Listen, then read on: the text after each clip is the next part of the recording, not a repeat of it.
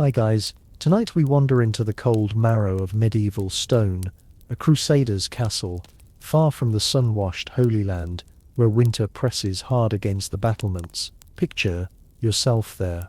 The air is thin, crisp and merciless, swirling with frost that creeps between the arrow slits like a living thing. The torches crackle, their light golden against grey walls that seem to exhale chill from centuries of wars and whispers. You pull your cloak tighter around you, the wool scratchy at your neck, wondering how anyone could sleep here without freezing. You probably won't survive this, not without a mountain of blankets, a jug of mold ale, and perhaps a small miracle. So before you get comfortable, take a moment to like the video and subscribe, but only if you genuinely enjoy what I do here.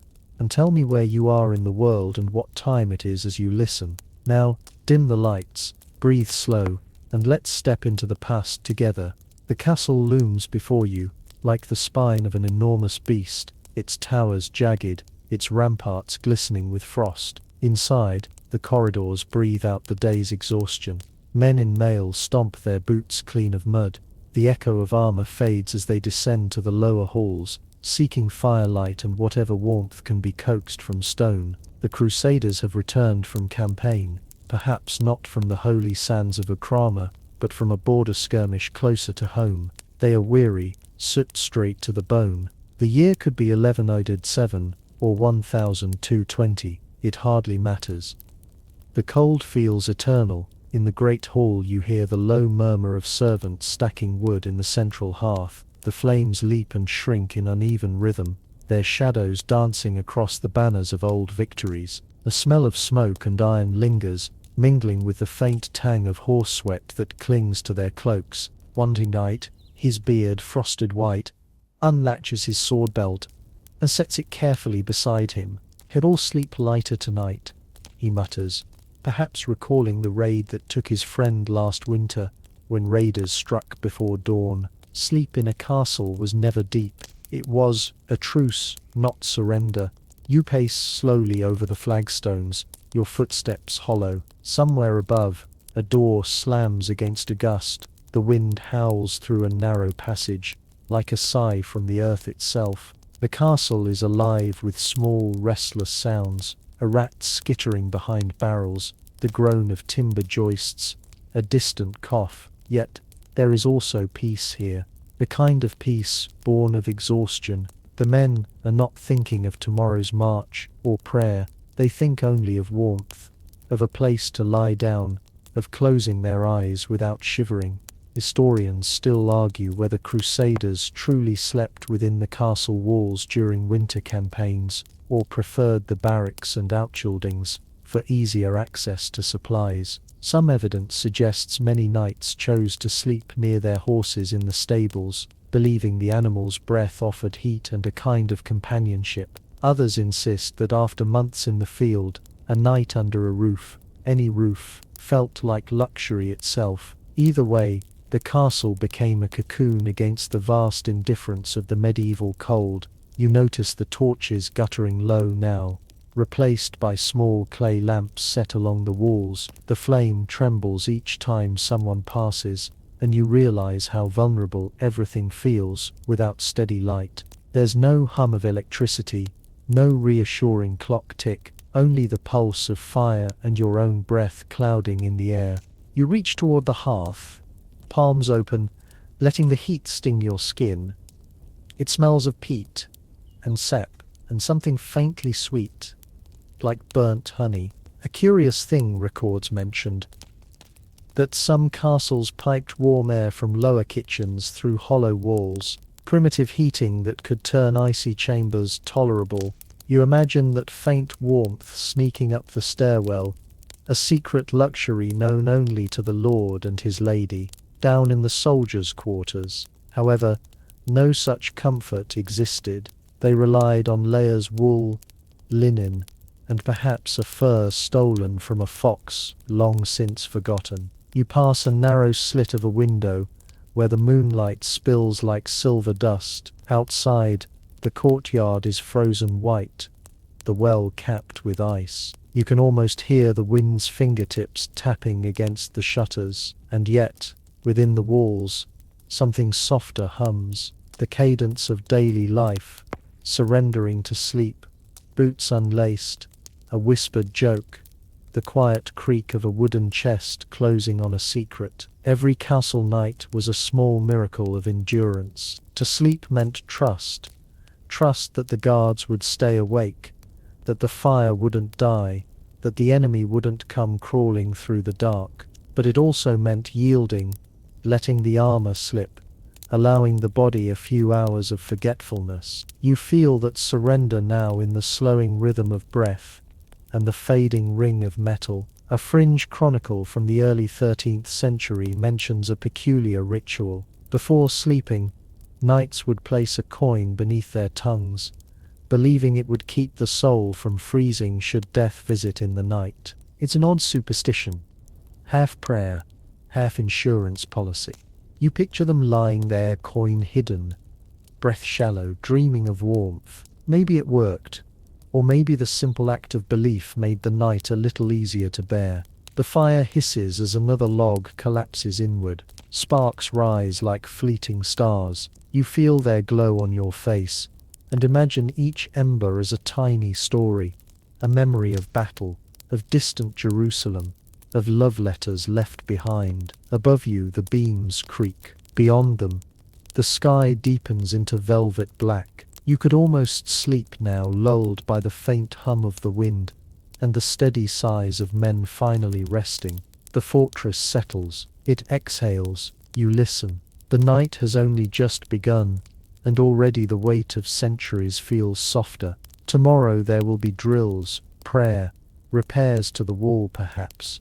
But tonight only the slow drift into warmth matters. You stretch out on the rough straw, pull the cloak higher, and let your mind slip further from the noise of daylight. And as you do, you realize that within these heavy stones lies not just defense, but sanctuary, a reminder that even the hardest warriors needed softness, if only for a few hours each frozen night. The castle, cold and stern by day, becomes a cradle by night. You feel it now, the deep quiet, the faint heartbeat of fire, the fragile gift of warmth. Outside, the stars keep their silent watch. Inside, you drift, imagining the centuries folding gently around you.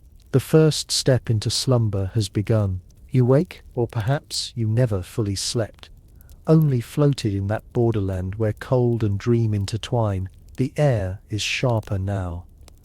The fire a faint red eye in the distance. It's the kind of cold that hums beneath your skin rather than bites, and you feel it whisper through every seam in your blanket. The castle, though immense, is not your ally tonight. Its stones hoard chill like a miser hoards gold. You roll onto your side and listen, hearing the faint breath of the wind prowling through unseen cracks. A soft clatter makes you lift your head. Somewhere down the corridor, a shutter bangs open, slamming against its hinges. The sound echoes like distant thunder through the narrow passageways, drawing a muffled curse from a guard on patrol. You can almost see him wrapped in a heavy cloak, torch flickering, muttering about drafts that never end, and drafts are everywhere. The Crusader castle may be a fortress, but in truth, it's a sieve of icy air. The very features that make it defensible, its arrow slits, its parapets, its high ceilings, also make it an elaborate wind instrument, each aperture singing its own mournful tune. You step toward the nearest slit and feel the night pressing in, cold fingers stretching from the dark beyond the wall. Historians still argue whether medieval builders ever truly mastered insulation. Some claim they stuffed sheep's wool or moss into the gaps between stones, while others insist such measures were rare luxuries reserved for noble chambers. Either way, you can tell that for the men sleeping in the common rooms, the walls might as well be parchment for all the good they do against the wind. A knight nearby shifts beneath his cloak, grumbling in his sleep. His breath rises in small puffs, visible even in the dim light. The air smells of damp wool, oil, and the metallic tang of the iron sconces. The torches flicker as if fighting for their lives. You tuck your hands deeper beneath your cloak, and the fabric feels heavy and rough, the weave thick but uneven. Wool was the Crusaders' constant companion, prickly yet dependable, able to absorb moisture without feeling wet, and tonight it's the only thing standing between you and the encroaching frost. The wind moans again, slipping through the battlements like a phantom. It finds its way into the hallways, twisting through stairwells, nipping ankles, teasing flames. The castle's corridors, once designed for the quick movement of guards, become channels for winter's breath. Some chroniclers even described the cold drafts as the spirits of the slain roaming the castle in penance. You smile at that thought, a poetic explanation for simple physics perhaps, but then again, who's to say? You pull your cloak closer and start moving, because stillness only invites the cold deeper. The floor beneath your boots is slick with condensation, glinting faintly where the light reaches. You pass through an archway into a narrower corridor where the air feels trapped and older somehow, as if it's been waiting centuries just to touch your face. Here the wind takes on a different voice, a faint whistle through cracks in the mortar. You pause and trace one with your fingertips. It's as thin as a hairline fracture, but you can feel the draft escaping like a sigh. The flicker of torchlight reveals frost blooming across the stone, a delicate lace that seems almost alive. You wonder how the masons ever built such walls in the first place. Hauling stone in snow, working by daylight that barely warmed their hands. And then you remember something. A detail from a forgotten chronicle. Some castles, especially those in northern Europe, were said to have warming tapestries hung on interior walls, not merely decoration but insulation in disguise. Thick woven wool, embroidered with scenes of saints or battles, hung from ceiling to floor to keep out drafts. The richer the lord, the thicker the tapestry. You glance at the bare walls around you, and imagine how different this place would feel with crimson cloth and golden thread. Still, even nobles couldn't escape the chill entirely. A few accounts from Crusader letters tell of lords wearing fur-lined nightcaps and gloves to bed, their breath frosting on their mustaches as they dreamed, and the servants, they slept in corridors like this one, huddled against barrels or tucked behind doorways, using straw and cloaks for makeshift insulation. There's a humility in that image, people becoming part of the building itself, filling its cold pockets with their warmth. You stop near another narrow slit, this one half iced over, and look out. The courtyard is ghostly white, snow piles against the walls soft as ash. A torch burns on the far parapet, its flame sputtering sideways in the wind.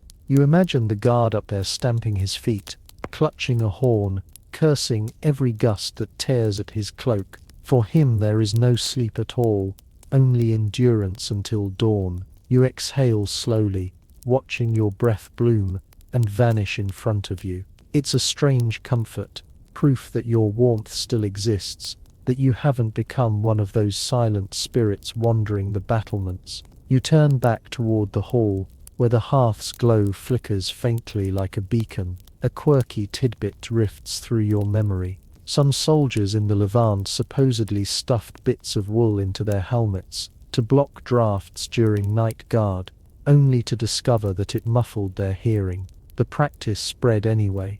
Better deaf than frozen. You chuckle softly. Humans have always been practical in the strangest ways. The castle groans again. The wooden beams above creak, and a few flakes of frost fall from the ceiling. Somewhere below, a dog whines, restless in its sleep. The sounds are intimate, strangely tender for such a fortress. Each creak, each sigh of stone feels like the building itself breathing. You realize that in a world of wind and cold, sound becomes company. You settle near the hearth once more, drawn by instinct. The coals glow like a dying heart, but the faint warmth it gives off feels miraculous. You sit close enough to feel the air shimmer behind you. Others stir and adjust, faces half lit, eyes half closed, and you can't help wondering, did they dream of warmth the way we dream of adventure? Did a Crusader, half frozen in his furs, imagine waking in a place where walls held heat instead of wind? Historians still debate how they endured the long winters, whether sheer will, shared body heat, or divine faith played the greater role. The castle shifts again, a slow, tired sigh of wood and stone. Outside, the wind's fury softens to a low hum. Inside, you feel something close to comfort, fragile, fleeting, but real. You close your eyes, letting the draft's cool fingers brush your cheek like a lullaby. The fortress, the cold, the night, they blur together now, one endless breath of history. You are part of it, just another soul curled up in the dark, listening for dawn. The fire murmurs low, its voice small and patient against the endless chill. You crouch closer, hands extended toward the glow, palms raw from the cold. The flicker of the hearth is more than light. It's survival, memory, ritual. You can almost hear the crackle of oak and the hiss of resin like conversation between centuries. In these castles, warmth was never a guarantee. It was a triumph renewed each evening by flame. It's well documented that medieval hearths were the heart of domestic life, literally and spiritually. The chimney, a relatively new invention at the time, changed everything. Before that, smoke drifted freely beneath the rafters, staining beams black and choking any hope of comfort. Now even a small vent could coax the fumes upward, allowing fires to burn hotter and steadier. Imagine the relief after generations of watery eyes and coughing fits. You can feel that gratitude in the way every gaze in the hall is drawn to the hearth like pilgrims before a shrine. You study the fire's architecture, log balanced upon log, its base lined with stones to reflect heat. It's not the bonfire of a festival, but a disciplined flame meant to last through hours of silence. A servant kneels with practiced grace, stirring the embers, adding a twist of dried herbs. The air brightens with a scent that's sharp and earthy, rosemary perhaps, or thyme from the kitchen garden. Such herbs didn't just sweeten the air, they were thought to cleanse it, to keep away sickness and spirits alike. A curious superstition claimed that tossing a pinch of salt into the fire could seal warmth inside the soul. You watch as one old soldier does just that, murmuring under his breath. Maybe it's habit, maybe hope, but you sense how fragile warmth felt in a place like this, where one gust could undo an hour's struggle. Some historians question whether these fires were truly sufficient to heat entire halls. The ceilings soared too high, the walls too thick, and the drafts too stubborn. Yet still they burned through the night through exhaustion, because a castle without fire was simply a tomb with a roof. The heat never spread evenly. Of course, those nearest the hearth basked, while those on the edges shivered under cloaks, pretending not to notice. Social hierarchy, even in sleep, was measured in degrees of warmth. You glance upward, smoke trails through the rafters in lazy ribbons. Caught in the crossbeams where spiders have spun trembling threads, it drifts toward a narrow vent, vanishing like breath into the dark. Around you, men begin to settle, some sitting close enough to feel their faces flush, others further back, where the glow barely touches their boots. The flames play over metal buckles, casting gleams like small suns. A faint murmur rises, a story told in half sentences. The kind of tale soldiers share when night's too long, something about a siege, or a ghost, or a girl in Burgundy. Laughter ripples softly, quickly swallowed by the cavernous space. You lean back, letting the heat seep into your bones. The smell of singed wool fills your nostrils. One chronicler of the 12th century described winter evenings like this as the hour when men remember they are flesh. It's true, the armor, the piety, the discipline, all fade in front of firelight. Here in the half-dark, the Crusader is simply a creature of warmth and breath, grateful for each crackle that means the wood is still alive. The logs shift, collapsing in on themselves with a sigh. Sparks rise, bursting into tiny galaxies before fading. For a moment, the whole hall flickers like a dream, faces lit and shadowed, smoke swirling in halos. Someone nearby hums a low tune, a fragment of psalm perhaps, or a song from home. It blends with the hiss of the hearth, and suddenly, you feel the room breathe as one. An odd custom mentioned in passing by a monastic traveler describes how in some fortresses the steward would walk the hall before midnight, whispering a blessing over each flame. Fire was both servant and spirit. They believed if left unattended, it might wander off in the night, taking warmth with it. You find that oddly touching, the idea that even a blaze could be lonely. Experts have long disagreed about the role of central hearths in the daily rhythm of castle life. Some say they were purely functional, others argue they were social anchors, the only place where hierarchy softened, where lord and soldier could share proximity without offense. Watching the circle of men around you, it's easy to believe the latter. The flame equalizes everything. You stretch your legs toward the warmth, boots steaming faintly. The firelight paints your skin gold, your breath silver. Beyond its circle, the hall is shadow, a void filled with snores, whispers, and the occasional clink of a cup. The contrast is absolute warmth as civilization, cold as the wild, and every night the line between them trembles. You imagine the fire as memory itself kept alive by constant tending. A knight's duty by day was to guard the gates, by night it was to guard the ember. Lose either and the world would collapse into darkness. Perhaps that's why centuries later archaeologists still find scorched hearthstones perfectly preserved as if the warmth never left. The servant returns with more wood. He moves carefully, almost reverently, as if feeding a living thing.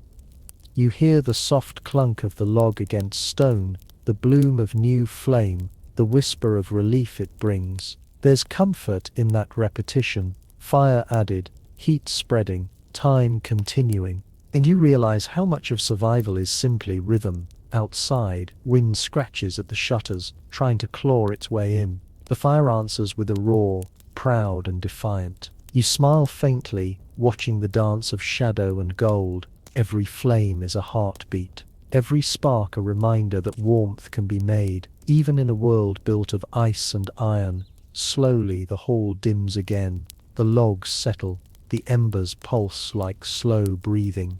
Around you, the Crusaders drift further towards sleep, trusting the fire to watch while they dream. You let your eyes close too, feeling the warmth reach you at last, tender and steady. The night no longer feels so endless.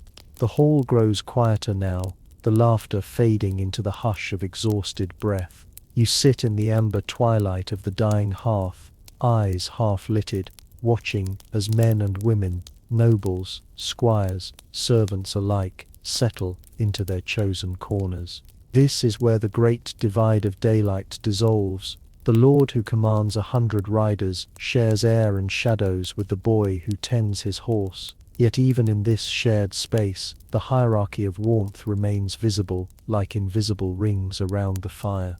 Contemporary accounts suggest that during winter, the great hall was both dining chamber and dormitory. The tables, long and scarred, would be cleared of trenches and cups after the evening meal. Straw was spread thick across the flagstones, sometimes mixed with fragrant herbs like mint or lavender to mask the smells of people, dogs, and smoke.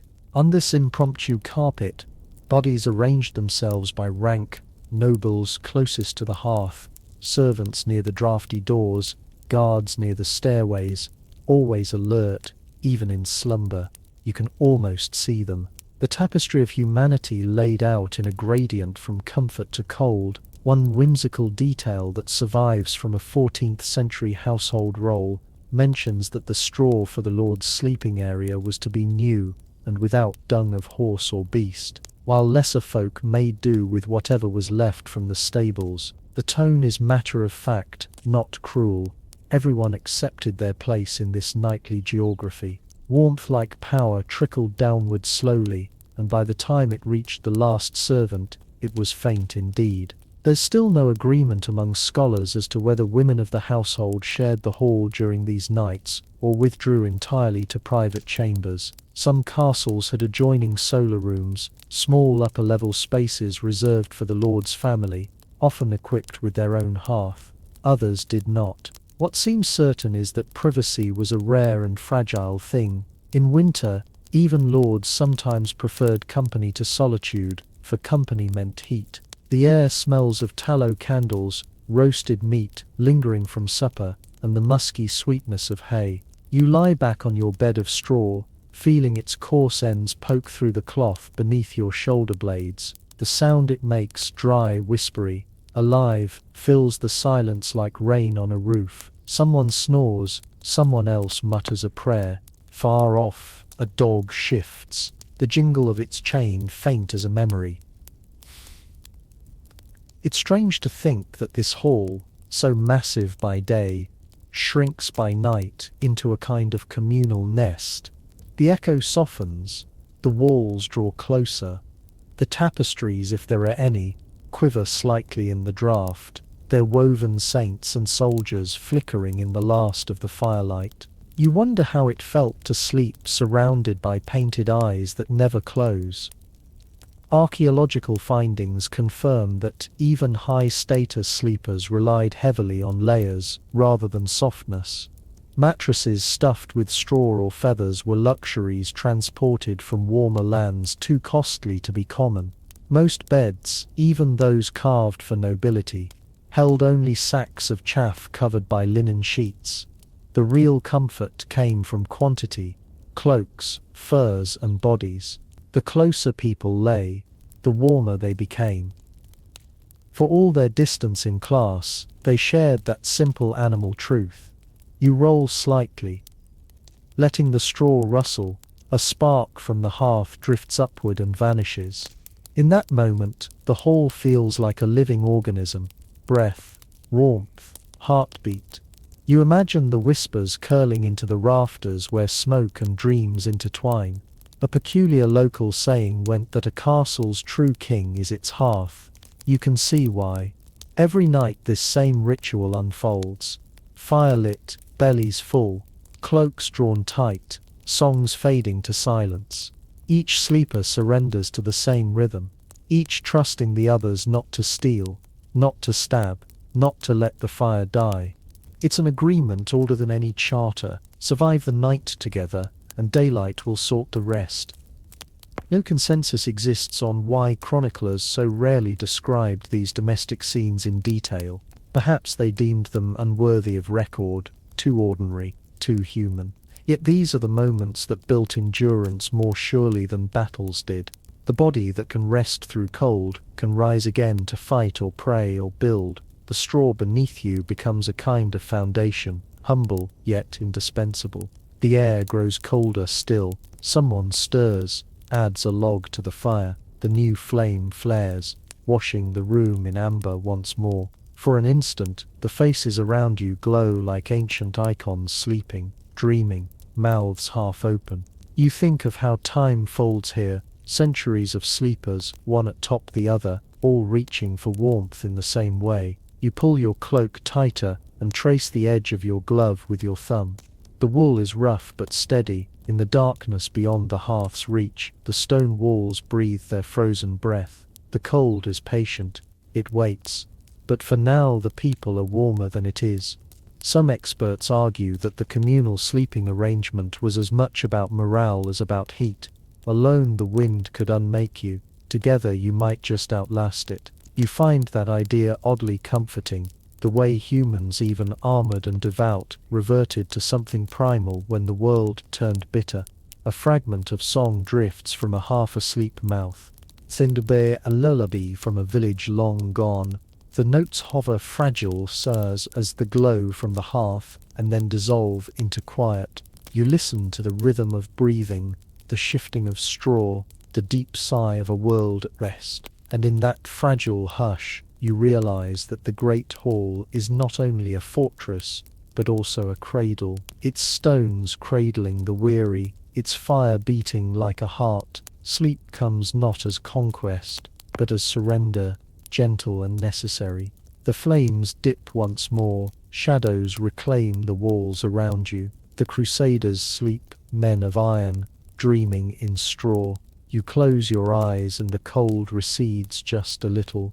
The night holds. The fire has burned low again, just embers now, a faint pulse of red in a sea of darkness. You draw your cloak higher, but still the cold finds seams slipping through like a sly creature. You can feel the castle breathing slow, uneven, the inhalation of ancient stone. The night deepens around you, and suddenly, you notice how every small sound has become sharp. A cough, the settling of wood, the sigh of someone turning in sleep. Surviving manuscripts note that warmth in these walls depended on materials as much as on fire. Layering was the secret: wool over linen, fur over wool, feather over straw. A knight could face a blizzard in armor, but without proper bedding, he'd freeze before dawn. The hierarchy of comfort wasn't just about rank, it was about who could afford fox pelts or goose down. Common soldiers relied on coarse wool blankets that scratched the skin raw, while the noble few tucked themselves beneath fur trimmed from squirrel. Martin, even man if they were lucky or vain, you run your gloved hand across your own cloak feeling its weight. Wool holds heat well, but dampness is its enemy.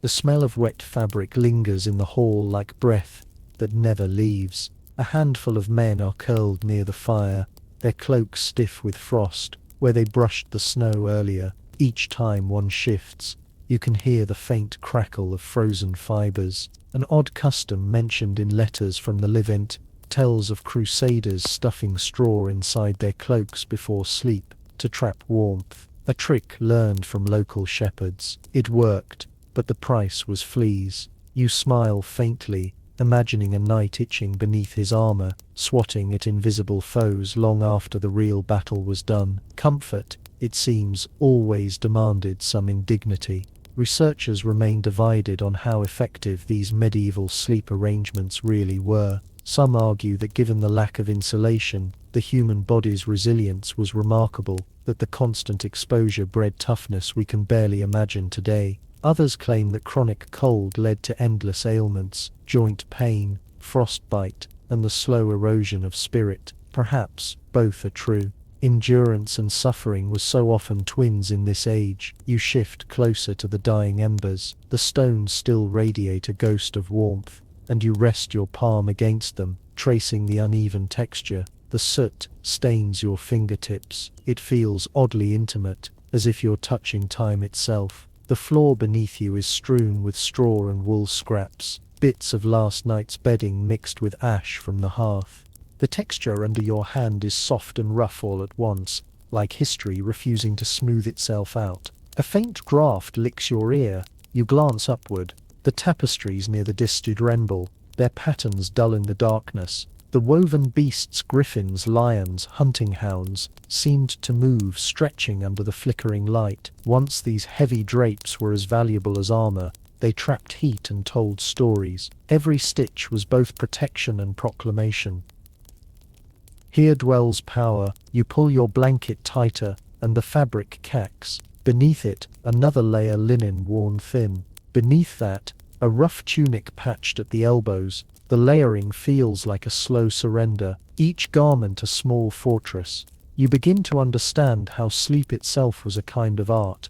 The right balance between weight and breath, between being cocooned and suffocated. One eccentric knight reportedly believed that fur stolen from a bear held the animal's strength through the night. He slept wrapped in it before every campaign, convinced that the warmth carried courage. Perhaps it did. The mind makes powerful armor when the world turns bitter. The night outside howls again. Wind combs through the cracks, rattling shutters, teasing smoke from the hearth. You picture the storm rolling over the hills, sweeping across forests, battering the outer walls. Inside you and the others are small flames in a vast dark ocean, each breath a rebellion against frost. No consensus exists on whether Crusaders brought Eastern sleep customs back to Europe.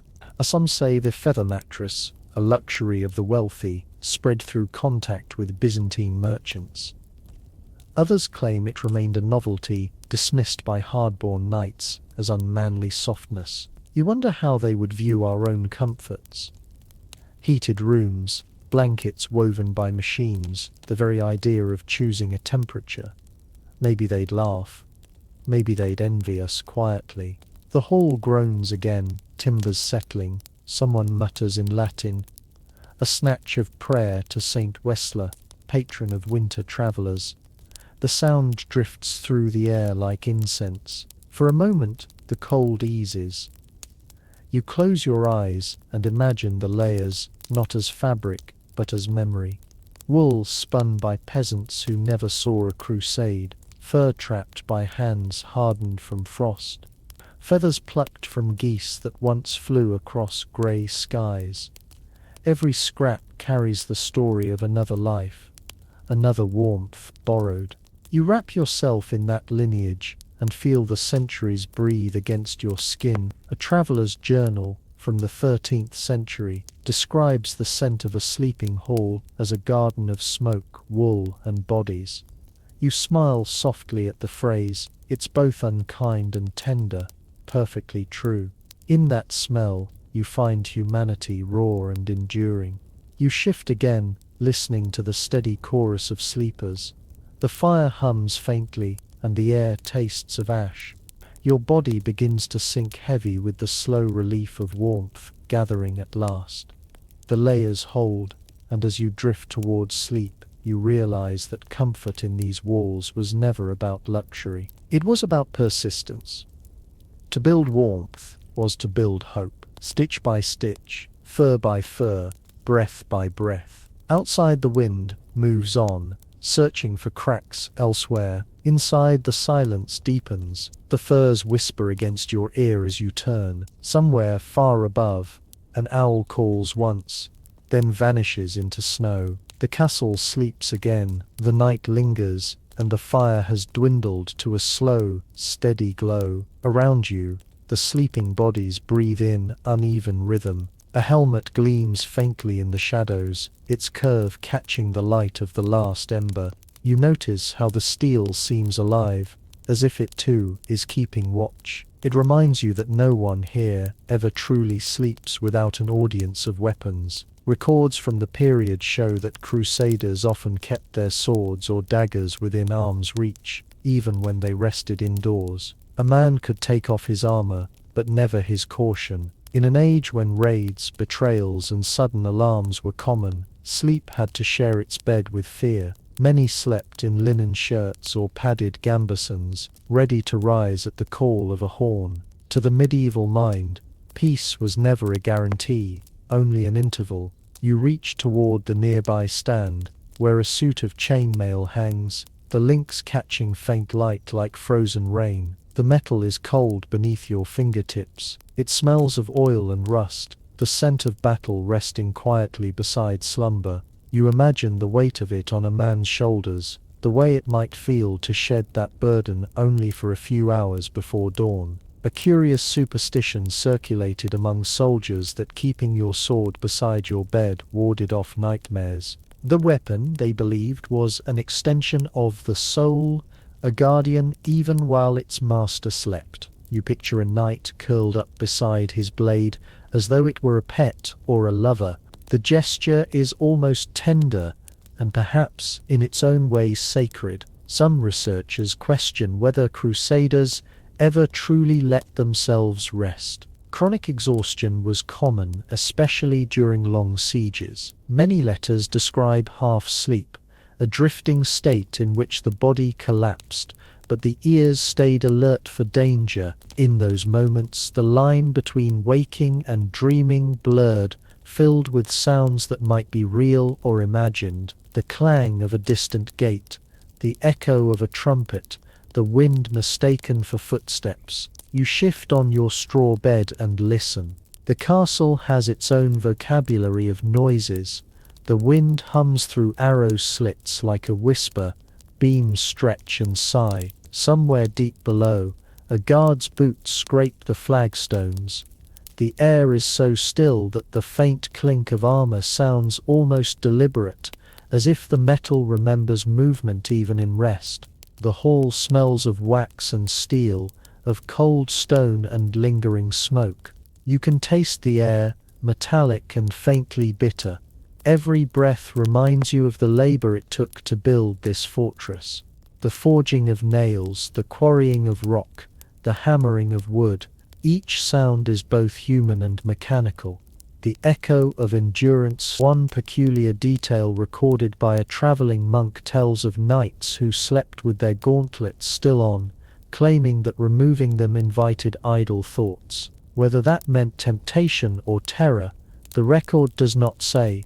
You can almost laugh imagining these grim warriors, too tired to dream, yet afraid to unclench their fists. Experts have long disagreed about how much personal space existed in these communal quarters. Some argue that men slept shoulder to shoulder, armor piled at their feet to conserve heat and foster solidarity. Others believe that each knight claimed a small perimeter of straw around him, guarded by habit and sharp elbows. Either way, privacy was a foreign concept. The sound of your neighbor's breath was part of the landscape, like the wind or the fire. You let your eyes wander upward to the ceiling beams blackened by years of smoke. They seemed to lean inward, forming a ribcage above the sleepers. Beneath it, rows of steel helmets rest like silent heads. You realize that the hall has transformed into an armory of dreams. Men and weapons coexist in uneasy harmony, each depending on the other to survive the next dawn. It is easy to forget that even the most devout Crusader carried fear in his bones. Beneath the prayers and banners lay a deep human anxiety, that the world beyond the wall might intrude at any moment. Sleep in such a place was a rehearsal for death. To close one's eyes was to trust the guard on the tower, the strength of the gate, the mercy of God. You can almost feel that tension in the air, stretched tight like a bowring. A faint clatter startles you. A sword slips from its stand, landing softly against the straw. No one stirs. You bend forward and lift it carefully. The blade is heavy, its edge dull from use, its pommel engraved with a worn cross. You place it back against the wall and watch as its reflection wavers in the low light.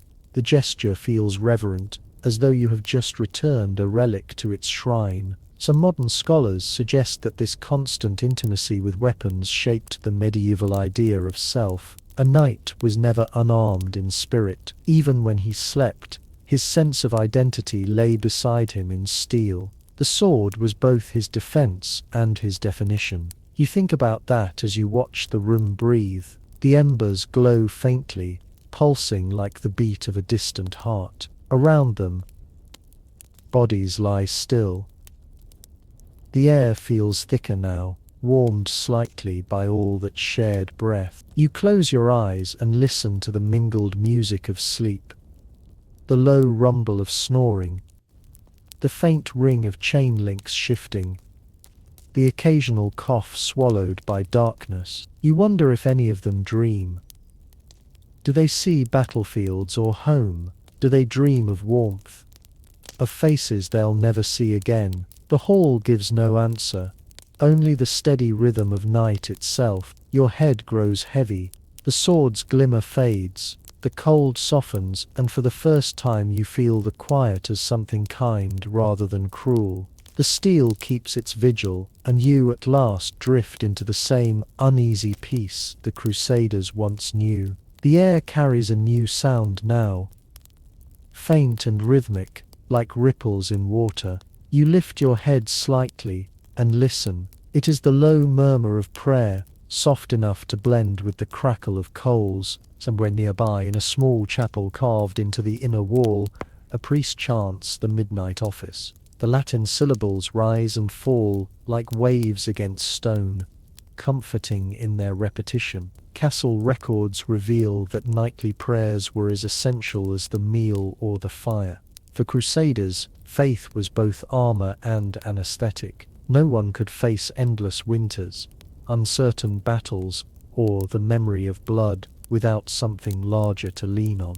Each night before rest, they spoke to the divine as if to a companion who shared the cold. The chapel, lit by a few candles, was the only place where warmth came from words. You picture the small space now. The walls are damp, the floor uneven, and yet it feels alive with devotion. Wax drips down iron holders pooling like honey. The smell of smoke mingles with incense, thick and sweet, clinging to your throat. Each breath tastes faintly of frankincense and thyme. A curious practice mentioned by a chronicler from Burgundy describes how soldiers too weary to stand would kneel only halfway and rest their heads on their shields while praying. It was a compromise between piety and exhaustion, half holy, half human. You smile softly at the image. Warriors leaning on their own defenses, whispering thanks that they are still alive to be tired. Some experts question whether the nightly prayers were acts of true faith or gestures of discipline meant to maintain order in the tension of medieval life. Belief and obedience were intertwined. Perhaps sincerity did not matter as much as the ritual itself, the comfort of shared rhythm. When 100 voices whispered the same words into the dark, it created something like heat, something that made the night a little easier to bear. You step closer to the chapel door, drawn by the hum of voices. The entrance is narrow, framed by rough stone smoothed by countless hands. Inside, the light flickers against the curved walls, revealing a painted icon of the Virgin and Child, faces serene but worn with smoke. The paint glows faintly gold, like memory trapped in pigment. One pilgrim's diary from the early 13th century tells of knights who slept with small relics beneath their pillows, splinters of wood said to come from the true cross, or fragments of cloth touched to the bones of saints. The idea was that holiness could radiate through the body like warmth. Whether or not it worked, you cannot tell, but the belief itself has its own quiet beauty. You sit on a low bench near the entrance. The sound of prayer fills the space like slow rain. The Latin phrases melt into each other, syllables sliding across the air. You do not need to understand the words to feel their rhythm. It is the cadence of endurance of men clinging to meaning when comfort is scarce. No agreement exists among historians about how strictly these nightly devotions were observed. Some argue that the rituals were shortened in wartime or in severe weather, while others claim they were never abandoned. The surviving evidence is uneven, fragmentary, like the light of this chapel. But listening now, you feel certain that something about this ritual was essential. It stitched the hours together, kept chaos at bay. The priest's voice falters for a moment, then rises again, softer this time. His Latin is worn at the edges, half swallowed by fatigue. Behind him, a young acolyte swings a censer, the chain rattling gently. The smoke curls upward, silver, against the blackness. The air is thick but alive, like a lung breathing in faith. You glance toward the back of the chapel, where a single candle burns apart from the others. Its flame trembles, casting long shadows across the stone altar. You can hear faint whispers behind you, the kind that hover between prayer and confession. These are not men boasting of courage or conquest. They are asking forgiveness, or simply speaking to fill the silence inside themselves. An odd tradition mentioned in a forgotten sermon describes how some Crusaders before sleeping traced a cross not on their chest, but on their sword blade. It was a small act of unity between flesh and steel, as if reminding themselves that both belonged to the same purpose. You imagine the gesture, slow and deliberate, the steel catching the light for just a heartbeat. Before dimming again, the chanting fades at last. The priest extinguishes the last candle, leaving only the faint glow of the hearth outside. You stand, feeling the cold rush back into the room like a tide. The prayers have ended, but their echo lingers, woven into the stone. It hums under your feet, a vibration rather than a sound. You step back into the hall. The air is cooler, the fire a dim circle of red. Yet something has changed. The space feels calmer, softer. The prayers have left a kind of invisible warmth, a stillness that wraps around the sleepers like another blanket. You walk past them slowly, careful not to disturb. A few have crossed themselves, even in sleep, their fingers resting lightly on their chests. Their faces, in the dim light, look almost peaceful. The battle between body and faith has paused for a while. You lie back down and close your eyes. The smell of incense clings faintly to your hair. You feel the rhythm of the prayers still vibrating in your chest. In this moment, the castle does not feel like a fortress or a cage. It feels like a sanctuary suspended in frost, where silence itself becomes a form of prayer. The night has ripened into its quietest hour, the one where breath feels louder than thought. You shift slightly, and the straw rustles beneath you like dry grass under a summer wind. Around you, the last murmurs of prayer fade, leaving only the whisper of embers and the pulse of sleeping bodies. In the dark, scent becomes its own language. Contemporary accounts describe the fragrance of castle nights as a mixture of smoke, tallow, wool, and humanity. The air is thick with the residue of the day, sweat, oil, old wine, and the faint sweetness of herbs tossed on the floor to freshen the air. You breathe it in and realize how scent can hold memory, how the castle itself smells of endurance. You can pick apart the layers if you try. There is the faint animal musk of fur cloaks drying by the fire, the sour tang of ale left unfinished in wooden cups, and the heavy comfort of burning wood. Somewhere beneath it all is a softness, the faint spice of cloves and nutmeg from the kitchens below. Every smell tells a story, even the unpleasant ones. They are proof of life, of warmth, fighting against decay. A curious report from a physician serving in a Crusader garrison claimed that keeping rosemary near one's bed improved sleep and banished evil dreams. He prescribed bunches of the herb tied with red thread and placed beneath pillows. Whether through faith or fragrance, the soldiers swore it worked. You smile, imagining rough hands tying those small charms, hoping that scent could protect the mind. Some modern experts suggest that castles developed their own microclimates of aroma. The mix of smoke and human scent became so pervasive that inhabitants no longer noticed it. To outsiders it might have seemed unbearable, but to those who lived within, it was home. Like the hum of bees in a hive, it was both background and comfort. You tilt your head toward the nearest torch and watch it quiver. The tallow candle beside it releases a faint hiss, its wax pooling like amber sap. The smell is thick, oily, and slightly sweet. You imagine how expensive beeswax must have been in these times, reserved for chapels and noble chambers, while tallow filled every common space with its smoky perfume. The difference between rich and poor could be measured by what burned above their heads. Superstition survives in the writings of a minor knight who believed that burning a strand of horsehair in the fire before sleep kept ghosts from entering the room. The smell, he wrote, was foul but holy.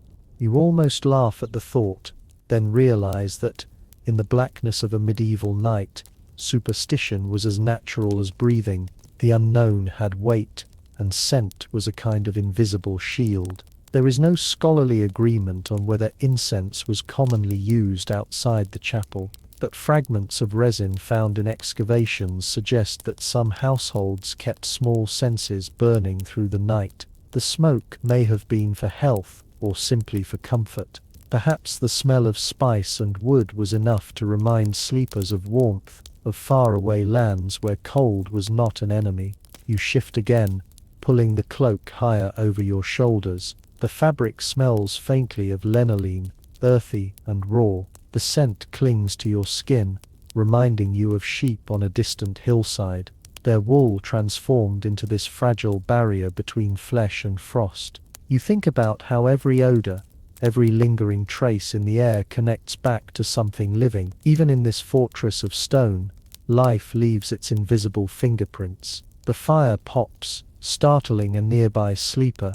He groans, turns over, and mutters something half-coherent. The smell of wood smoke drifts toward you, deep and familiar. It smells of safety, though you know it hides danger. Too much smoke and the air would choke, too little, and the cold would creep in. Balance, always balance. A forgotten chronicle of domestic life in the north mentions that servants sometimes scented straw with mint, thyme, or juniper. When the lord was in residence, the herbs were believed to drive away fleas and bring cheer to the mind. You can imagine the faint green scent rising as the straw was spread across the floor, a small kindness in a world of iron and frost. Researchers continue to debate whether the medieval sense of smell was more acute than ours, without the distractions of modern perfumes or chemicals. Perhaps every fragrance was sharper, every odor more alive. You believe it must have been. In this dark, even the smallest wisp of smoke or spice seems to carry meaning. You inhale again, slower this time. The scents of the night fold together into something almost musical. Smoke as bass, wool as harmony, spice as high note. It fills you, warms you, settles you. You realize that these smells are not unpleasant anymore. They are the breath of history itself, the perfume of survival. Outside, the wind still prowls around the towers, but its voice feels distant now, muffled by the warm air inside. The fragrance of burning wood anchors you to the present moment. The night, cold and vast, feels almost tender. You sink back, let your eyes close, and let the smells of the past lull you toward rest. The fire's glow has softened into a quiet haze. You stir from half-sleep, sensing movement nearby, a faint scuff of boots, the creak of a bucket handle, the whisper of fabric brushing stone. Servants move through the hall, shadows among shadows tending to the needs of the sleeping fortress. They are the keepers of warmth, the unseen pulse that keeps the night alive. It is well recorded in memorial household accounts that castle servants rarely slept through the night in winter. Their duties continued long after their lords closed their eyes. Someone had to feed the fire, fetch fresh logs from the yard, and make sure that no ember faded to ash before dawn. A single cold hearth could turn the night deadly for everyone.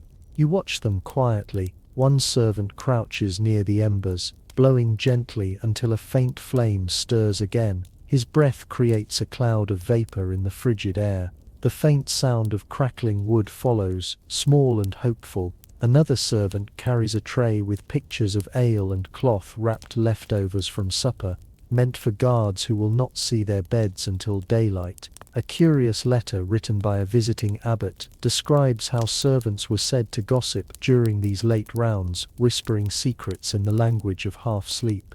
The writer seemed both scandalized and amused, calling it the kingdom of whispers that rules between midnight and dawn. You can almost hear them now, their voices weaving through the shadows, low laughter, fragments of rumor, the names of knights spoken with affection or irritation. Archaeological evidence confirms that servants often slept in transitional spaces such as passageways or by stairwells. Their bedding was nothing more than old cloaks or piles of rushes laid down where warmth was likely to pass. They learned to sleep lightly, waking at the faintest sound of a log splitting or a cup shattering. To live in service was to exist between waking and rest, between warmth and duty. You follow one servant with your eyes as he walks toward the far end of the hall. His candle trembles with each step, leaving a wavering trail of light along the walls. He stops near the great door where cold air seeps through the seams and pushes a folded cloth into the gap to keep the draft out. The gesture is small, but it feels monumental, a private battle against the winter itself. There is a strange comfort in their quiet competence. These are not warriors or nobles, yet their labor is as vital as any sword. Without them, the castle would freeze from the inside out. You can almost sense how their movements create invisible circles of safety. A log added here, a blanket adjusted there. Warmth passed from one room to another like a shared secret. One peculiar detail recorded in a household manual from the 13th century notes that servants sometimes wore small pouches of ash around their necks to absorb sweat and ward away chill. It sounds absurd, but perhaps the ash warm from the fire offered brief comfort. Or perhaps it was symbolic, a reminder that warmth and dust were the same in the end. Experts continue to debate the social position of domestic workers in Crusader castles. Were they merely tools of their masters, or quiet custodians of power in their own right. The records rarely speak their names, yet their touch lingers everywhere. In the smooth handles of wooden ladles, in the clean hearths, in the neat arrangement of blankets, their presence is felt, even when forgotten. The servant by the fire glances up for a moment, his face glows in the emberet, eyes rimmed with fatigue, but steady. You realize how young he is, hardly older than a squire. His fingers move with practiced care as he places another log on the flame. You hear it crackle, smell the wood smoke unfurl again, and feel the air around you grow less brittle. He stands, stretches, and walks toward a nearby alcove, where a handful of others huddle together. They share the warmth of their own breath, talking softly. You catch only fragments of their world, a missing comb, a cat stealing scraps from the kitchen, a joke about the Lord's snoring. These are small stories, but they hold the weight of survival. You think about how many centuries of servants have walked these same paths, their footsteps worn into the stone, like an unrecorded prayer. They are the invisible chorus behind every noble history. The warmth in this hall is theirs as much as anyone's. Some historians propose that this nightly rhythm of servant movement created a sense of reassurance for those asleep. The faint sounds of work, the shovel of ashes, the clatter of tongs became labies of safety. Silence would have been more terrifying because silence meant the fire had died, and with it hope. The servants finish their rounds at last. The youngest sits near the hearth, rubbing his hands and staring into the coals. You watch the light dance across his face, reflecting in his tired eyes. He is not thinking of glory or of saints. He is thinking of warmth, of rest, of dawn. Gradually, his eyelids droop. The hall quiets again, wrapped once more in shared stillness. The air smells faintly of smoke and bread, the last trace of their effort. You close your eyes, feeling gratitude for their unseen care. The fire hums softly, steady and alive. Somewhere beyond the walls, snow begins to fall again, muffling the world. Inside, the servants sleep at last, their work done until the next whisper of dawn. The castle breathes in rhythm with them, warm for a little while longer. The snow has thickened outside, and the castle feels sealed within its own breath. You stir as a faint draught brushes your face, then pull the cloak tighter. The fire still burns, but the cold has learned how to slip through every crevice. Clever and relentless, a single shiver ripples through the hall like a chain reaction. Someone groans, another coughs, a third pulls the covers closer with sleepy defiance. Chroniclers of the 13th century often wrote of bone-deep winters, seasons when even the strongest felt their joints stiffen and their teeth ache with chill. The human body was a fragile fortress against such cold, and each castle had its own collection of remedies, comforts and peculiar beliefs. Tonight you can almost sense them all lingering in the air like invisible potions. It was common knowledge that heat stones could be wrapped in cloth and slipped beneath bedding. These river-smoothed rocks, warmed by fire, held their glow for hours. Records from English and French keeps described them as sleep stones valued more than silver during harsh winters. You reached toward the hearth, and imagined the servants preparing them, turning each one in the flames until it glowed, then swaddling it carefully before passing it to shivering hands. An odd practice mentioned by a traveling physician claimed that slicing an onion and placing it in your socks before sleep would draw out the frost. No one knew why it worked, if it worked at all, but many swore by it. The logic of comfort often mattered less than the feeling of control, the illusion that one could fight back against the weather. You smile at the thought of stoic warriors padding their boots with onions, desperate for warmth. Some researchers suggest that belief itself was as important as any fire. In an age of mystery and prayer, faith and imagination were part of medicine. To wrap a hot stone in wool, to whisper to a saint, or to swallow a sip of mould ale before bed was to weave small defenses into the fabric of night. Even the most improbable remedies carried the promise of sleep. You shift closer to the hearth. The heat reaches your face first, soft and damp, Someone has hung a pot of water above the coals, and its slow simmer fills the air with a comforting hiss. The scent of herbs rises from it, thyme, sage, perhaps a little honey. It smells medicinal, but gentle. A servant must have prepared it for the sick or the sleepless, a simple remedy passed from memory to memory. A peculiar anecdote preserved in a castle ledger tells of a cook who swore that warm wine mixed with crushed garlic cured numb fingers. The lord found it disgusting but tolerated the smell, claiming it gave him strength to endure the morning chill. Perhaps that cook was right. Perhaps courage really did begin with flavor. Experts continue to dispute whether medieval people understood body heat in medical terms, or mystical ones. Some evidence points to the humoral theory where warmth balanced the cold humors of winter. Other sources describe heat as divine essence, a spark lent by God that could fade if neglected. Both ideas share the same truth. Warmth was precious, finite, and sacred. You notice a faint glow from the far side of the room. A woman in a plain wool dress moves quietly among the sleepers, checking their coverings, adjusting cloaks, tucking stray corners of fabric. Her face is lined by candlelight. Her movement slow and steady. She hums something soft, a tune without words. It might be a lullaby or a prayer disguised as one. You watch her pause beside a knight whose armor rests beside him. She bends, touches his brow as if checking for fever, then places a warmed cloth at his feet. The gesture is simple, but in it there is something ancient, a devotion that has nothing to do with rank. In a world ruled by swords and banners, care still finds a way to slip quietly between the stones. A curious regional custom from northern France tells of sleep charms written on parchment and tucked under pillows.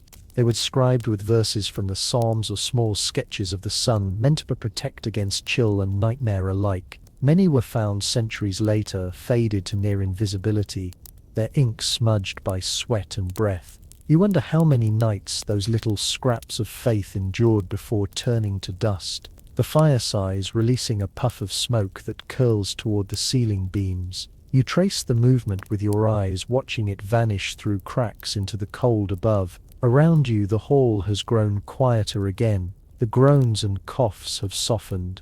Perhaps the onion and the warm stones have worked after all.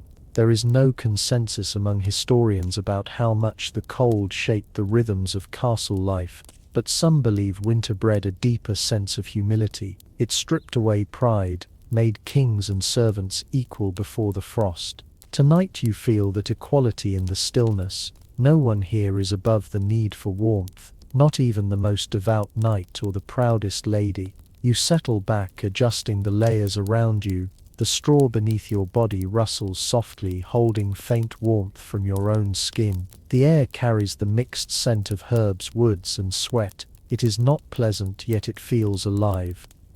Every breath draws you deeper into the fragile comfort of the hall. Outside, snow presses against the shutters, muting the world beyond. Inside, the air glows faintly orange. You close your eyes, feeling the warmth linger in your fingers. The remedies may be strange, the beliefs naive, but they work, at least for now. The castle sleeps again, wrapped not only in furs and fire, but in faith, habit, and the small, inventive courage of those who refuse to surrender to the cold. You wake to a sound that is neither wind nor fire, but the deep, steady rhythm of boots pacing above you. The watchmen are changing shifts on the ramparts. Their footsteps echo faintly through the stone, each one a reminder that even as others sleep, someone must keep the cold at bay with vigilance. You sit up slowly and listen to their muffled movements, the soft rattle of armor, the faint jingle of chain as they trade greetings in low voices. Records from the time show that night watches were divided into segments called vigils, lasting roughly 3 hours each. It was the simplest way to ensure that no wall was left unguarded. In winter, these vigils were both punishment and pride. A good watchman was measured not by bravery in battle but by his endurance against frost. You pull your cloak tighter, imagining the view from the tower. The wind would slice through every seam of clothing, turning breath into smoke. A man might stamp his feet to keep feeling in his toes, muttering curses at the moon while trying to stay awake. The snow would glitter on the battlements, pure and silent, masking danger beneath beauty. A curious note from a French garrison ledger tells how guards kept flasks of warm ale spiced with ginger to stay alert, some mixed in honey or cloves when supplies allowed. One veteran even claimed that rubbing a little garlic on the soles of his feet kept the frost from creeping upward.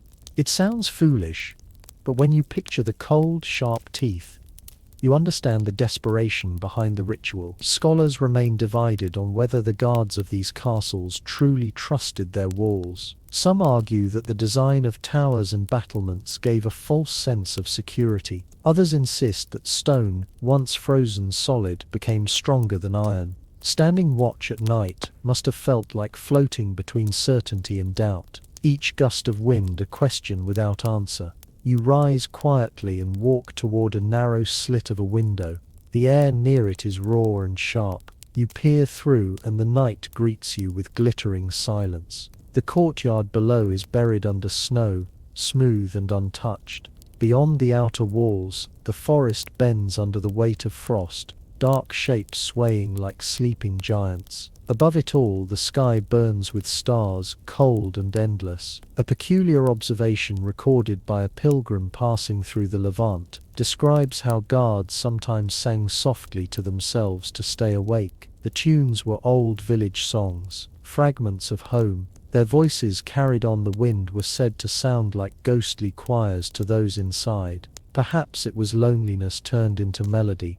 You can almost hear it now, faintly like a lullaby for the stones. You imagine the watchman on the western tower, hunched in his fur-lined cloak, hands gripping a spear more for comfort than defense. His breath clouds before his face. His eyes scan the horizon where the sky and snow blur together. Every sound could be a threat, or simply the whisper of ice shifting.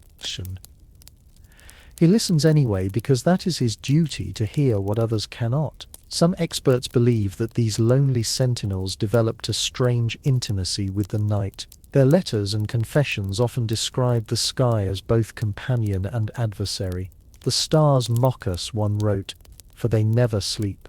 Others found peace in the stillness, saying that God's silence felt closer when the world was frozen. Whatever they felt, they carried it quietly, like an ember in the chest. You rest your forehead against the cold stone and feel the texture of it. Rough, damp, unyielding. The castle itself seems to hum beneath your fingers, vibrating with the low resonance of the wind. For the watchmen above, this sound is both comfort and test. It reminds them they are not alone, yet it also warns them that the cold is always listening. A curious superstition persisted among northern sentinels. If frost formed on the tip of your spear before dawn, it meant peace would hold for another day. Some even checked their weapons at sunrise like priests reading omens. It was not science but faith disguised as observation. In a world where so much was uncertain, any sign was worth believing. No full agreement exists among historians about how these guards were chosen. Some say the task rotated among soldiers, others that a few hardy men volunteered, proud of their endurance. Perhaps it varied from castle to castle. What is certain is that every watch was a battle of patience rather than strength, a duel with the cold itself. You step away from the window and glance back toward the hall. The fire still glows faintly, though the warmth feels distant now. You picture the watchmen pacing above, tracing invisible circles through the night, their footsteps the heartbeat of the fortress. Each step keeps the world from freezing entirely. The wind changes tone, shifting from a howl to a soft hum. Snow drifts past the window, slit like ash from another world. Somewhere above, a horn sounds once low and short, marking the end of a vigil. Relief spreads through the hall below.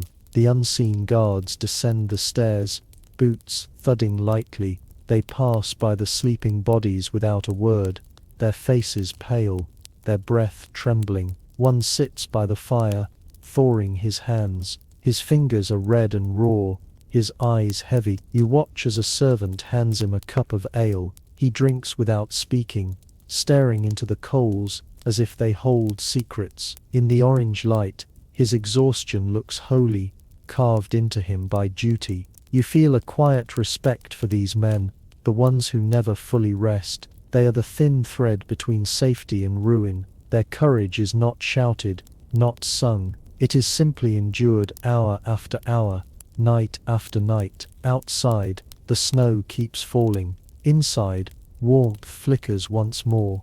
The watchmen rise again, ready to climb back into the cold, and as they vanish into the dark, the castle exhales, content that it has survived another hour of winter's siege. The night stretches on, but now it feels quieter, calmer, as if the castle itself has begun to dream. You let your head sink back onto the straw, your body heavy with borrowed warmth. The hall smells of smoke, old wool, and cooling embers. Somewhere above, the last watchman's footsteps fade into stillness. You close your eyes and drift toward the fragile edge of sleep. Letters written by returning Crusaders often mention the strangeness of dreaming after months of battle. Some said their minds refused to rest, that every sound of wind or wood snapping became a phantom alarm. Others confessed that sleep brought visions too vivid to ignore. A few even believed that dreams were messages sent from saints or lost comrades. You can imagine how those restless nights must have felt, where peace was both gift and punishment. You breathe slowly and the air feels thick with the warmth of human life. Around you, men lie in rows wrapped in furs and faith. Their faces twitch occasionally, their mouths half open in murmured fragments of prayer or memory. They are not entirely here anymore. They are walking again through deserts and hills far from this frozen keep. A curious description in a chronicle of the Teutonic Order tells how some Crusaders dreamed of the Holy Land with unbearable clarity. They could smell the sand and hear the bells of Jerusalem long after leaving it behind. When they woke, the disappointment was sharp enough to ache. One soldier wrote that the cold walls of Europe felt like exile even after victory. Some historians wonder if these dreams were a kind of fever born from exhaustion and poor diet. Others see them as spiritual longing, the mind trying to reconcile faith with the brutal cold of home. Perhaps they were both. The line between miracle and memory is never clear in the dark. You turn your head and stare at the wooden ceiling. Smoke has stained it a deep brown, but when the firelight flickers, the beams seem to shimmer like a distant horizon. Your eyelids grow heavier. You imagine what you might dream if you surrendered completely. Perhaps you would find yourself marching again beneath foreign stars, the sound of drums echoing through your bones. Or perhaps you would find peace lying beneath olive trees instead of towers. An old superstition whispered among Crusaders claimed that if you dreamed of light while sleeping in armor, it meant your soul was being tested by angels. If you dreamed of fire, it meant the opposite. You wonder which you would see tonight. The fire pops behind you, a single spark leaping into the air. Its glow paints the walls in trembling orange. Shadows move across the faces of the sleepers. They look almost like statues carved by some patient sculptor. The rise and fall of their chests gives rhythm to the silence. A forgotten traveler once wrote that to dream in a castle was to borrow its ghosts. You understand now what he meant. The stones seem to hum faintly, holding echoes of other sleepers from centuries before. Perhaps each person leaves behind a little fragment of their dreams, mingling in the air until they become part of the building itself. Experts disagree on whether Crusaders view dreams as sacred or suspect. Some clergy believed that the dreams were divine revelations, while others warned that the devil spoke most clearly to those who slept too soundly. For the men in this hall, interpretation likely mattered less than survival. Dreams were escape, however brief, from a world that asked too much of them. You sink deeper into your own half-dream. Now the sound of wind becomes the hush of waves, the flicker of fire becomes the shimmer of desert heat. You can smell salt and dust and hear the faint creak of a saddle. For a moment you are not in the castle at all. You are on the road again, sunlight sharp on your armor, the taste of sweat and hope in your mouth. Then just as quickly you are back, surrounded by snoring men and whispering flames. A peculiar detail survives in a soldier's diary, describing how during the coldest nights, men would take turns telling dream tales before sleep. Each would share the strangest vision of the week, sometimes inventing stories to amuse the rest. It was a game, but also a ritual, a way of keeping imagination alive when reality grew too narrow. You can almost hear their laughter now, soft and weary, fading into the dark. The air has cooled again, though not enough to wake you. Your body has adjusted to the rhythm of the night, to the strange pulse of shared dreams. The sound of the fire steadies your breathing. You begin to understand how the Crusaders endured winters like this. They turned their minds inward, building warmth out of memory, prayer, and story. Outside, snow drifts silently against the walls. Inside, the sleepers twist and sigh, caught between worlds. Their dreams mingle with the smoke, invisible but alive. You close your eyes once more. Perhaps you too will dream of distant sunlight, of palm trees and seashells, and the scent of warmer air. Perhaps you will wake before dawn and forget it all. Either way, the castle keeps your secrets. It has been listening to dreams for centuries, and it keeps them well.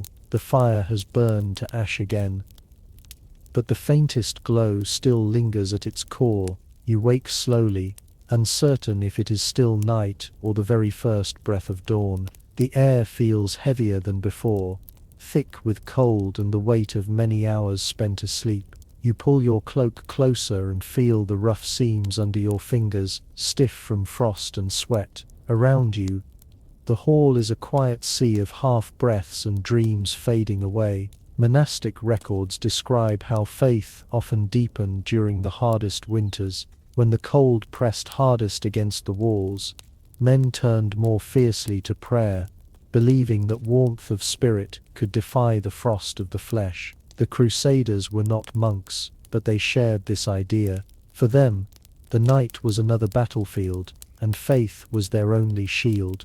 You watch one man kneel before the dying fire. His armor is gone, his hands bare. He crosses himself slowly, tracing invisible lines of devotion through the smoke. His lips move without sound, his eyes open but distant. He might be praying for his family, for forgiveness, or for nothing more than dawn. A curious fragment from a letter found in a monastery archive tells of a knight who slept with a small relic tied around his wrist. It was said to be a scrap of cloth from a saint's robe. He believed that it warmed the blood when courage failed.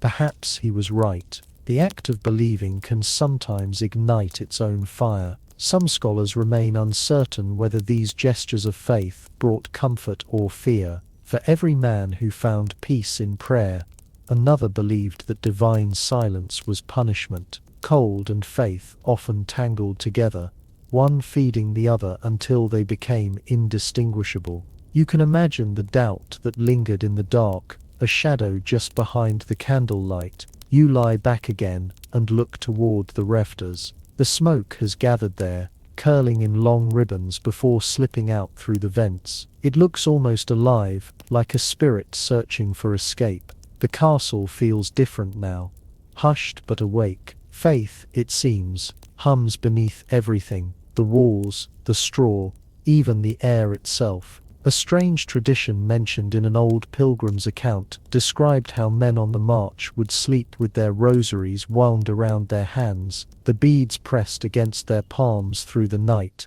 leaving tiny indentations on the skin by morning. Those marks were called the kisses of the saints. You imagine how comforting it must have been to wake and find proof that prayer had left its trace.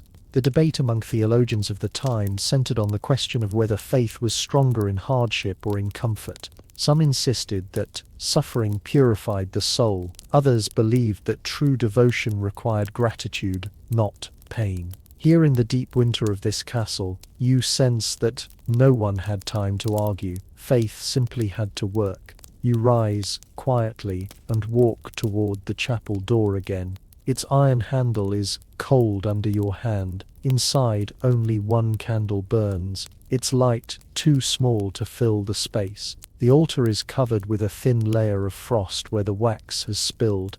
You can see the faint outline of a chalice glimmering faintly in the darkness. The scent of incense lingers, sweet and bitter at once. A peculiar account from the Rhineland describes knights leaving offerings of salt and bread at their bedside during harsh winters, gifts for guardian angels who kept the warmth from fleeing. Some even sprinkled wine across the floor in the shape of a cross before sleeping. Whether miracle or madness, the gesture gave shape to hope. You kneel beside the altar, though the stone is painfully cold. The candle light flickers across your hands. It feels strange, praying in a time that no longer exists, but something in the air invites it. You whisper not for victory or strength, but for warmth that lasts until morning. The words do not echo. They settle gently into the silence, as if the stones have been waiting to hear them. No clear record tells us how many truly believed their prayers were answered. Historians find only fragments of devotion in margins of ledgers or scratched into walls, yet you suspect that these quiet prayers mattered more than the grand ceremonies. They were small acts of survival, flickers of faith that refused to be extinguished. You stand again, rubbing your palms together. The air has grown colder, but it feels lighter somehow, as if the darkness itself has softened. Perhaps that is what faith did for them. It did not remove the cold, but made it bearable. You return to the hall. The first light of dawn has not yet arrived, but a pale shimmer traces the edges of the windows. The sleepers stir faintly. Someone coughs. Someone sigh. The fire gives one last sigh of its own, collapsing into embers. As you settle back onto your straw, you think of the knight with his relic, the rosaries, the whispered prayers. Their faith was not grand. It was stubborn. In that stubbornness you find something familiar, something that feels as warm as fire. You close your eyes and imagine a thin thread of light weaving through the cold, connecting every sleeper in the hall, every prayer spoken or forgotten. The castle seems to breathe with it, steady and calm. For the first time all night, you believe that morning will come.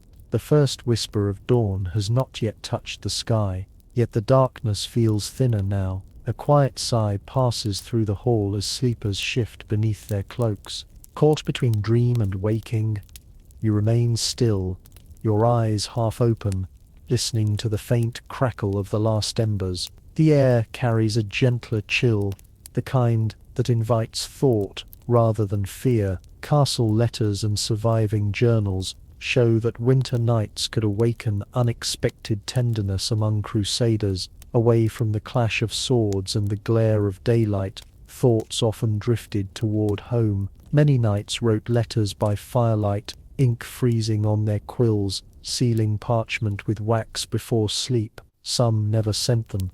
Others carried them into battle like charms. You picture one such man now. He sits at a rough table near the fire, his armor stacked beside him, his hands raw from cold. His quill trembles as he writes, and the ink dries unevenly on the page. He pauses often, staring into the glow as if the flames might whisper the right words.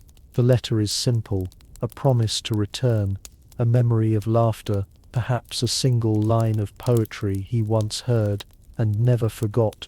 A curious tale preserved in a collection of troubadour songs speaks of a lady who stitched her husband's name into his blanket before he rode to war. She believed the thread carried her warmth across the sea. The fabric found years later in a ruined stronghold still bore faint letters. You imagine the comfort it must have brought him, that small touch of love in a world of iron and frost. Some modern historians interpret these letters and tokens as practical comforts, symbols of identity in a time when death was constant. Others argue that they were a form of quiet rebellion, proof that the heart could survive even in the service of war. You think both must be true. Love, like warmth, is a kind of defiance. You notice movement in the shadows. A soldier stirs. then sits upright. He pulls something from his satchel, a small object wrapped in linen. The firelight glints briefly on metal.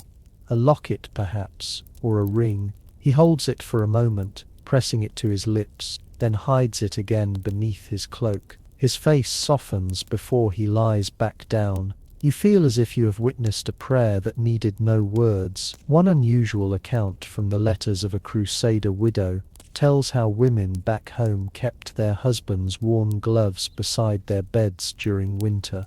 They believed the smell of leather carried a trace of the man himself. It was not perfume, but proof of life. You breathe in the air around you and think of how scent, touch, and memory entwine until they become indistinguishable. The fire flickers again, and you catch sight of a folded scrap of parchment lying near the hearth. It must have fallen from someone's pack. The writing is blurred, but you can make out the start of a sentence. If you read this, know that I still feel the warmth of your hand. The ink has bled into the fibers as if the paper itself tried to keep the words alive. Researchers have long debated whether these private letters were ever meant to reach their destinations. Many Crusaders carried them as talismans, not messages. Some were buried with them, tucked against their hearts. In that sense, the act of writing was its own form of prayer, a way to keep love from freezing. You glance around the hall and notice more traces of affection hidden in plain sight. A token of coloured ribbon tied to a scabbard, a piece of embroidery used as a handkerchief, small rebellions against the sameness of iron and stone. In this light, even a scrap of colour seems like a shout of life. A strange belief recorded by a minstrel claimed that words of love written by firelight could not be destroyed by flame. Lovers would test this by holding their letters close to the coals until the paper browned, but did not burn. You picture the courage it took to risk a message turning to ash and the relief when it survived intact. Perhaps they saw that as a blessing, a sign that affection could endure anything. No historian can truly capture the ache that lived in these rooms. The records are too sparse, the language too formal, but you can feel it now in the air itself. In the faint sighs of men dreaming of faces they may never see again. For all the armor and discipline, the castle at night was full of longing. You lie back and close your eyes. The smell of smoke and parchment lingers. Somewhere a man murmurs a name before slipping into sleep again. The walls carved by centuries of such whispers seem to listen. Outside the horizon begins to pale. Inside hearts and embers glow faintly, holding on to warmth that words once promised. You breathe deeply and for a moment you feel it too, the tenderness that survives even the coldest night, quiet and undefeated. The castle exhales, and somewhere below you hear a low hum that might be voices. The faint aroma of roasted grain drifts up from the kitchen passage, mixing with the smoke of the dying fire. Hunger wakes before dawn, as it always has. You rise slowly, stretching stiffness from your shoulders, and follow the warm breath of the air toward the source. It is recorded in household ledgers that the kitchen never truly slept during the coldest months. Fires were kept alive to prevent frost from cracking pots, and to make sure that the Lord could have hot broth at any hour. These were the warmest rooms in any fortress, and in winter they became a secret refuge. You walk through the corridor, guided by the faint orange glow ahead. The air grows thicker, warmer, alive with the scent of yeast and smoke. Your boots scrape against stone darkened by centuries of soot. The moment you step into the kitchen, the world changes. Here the chill ends, replaced by the pulse of fire and labor.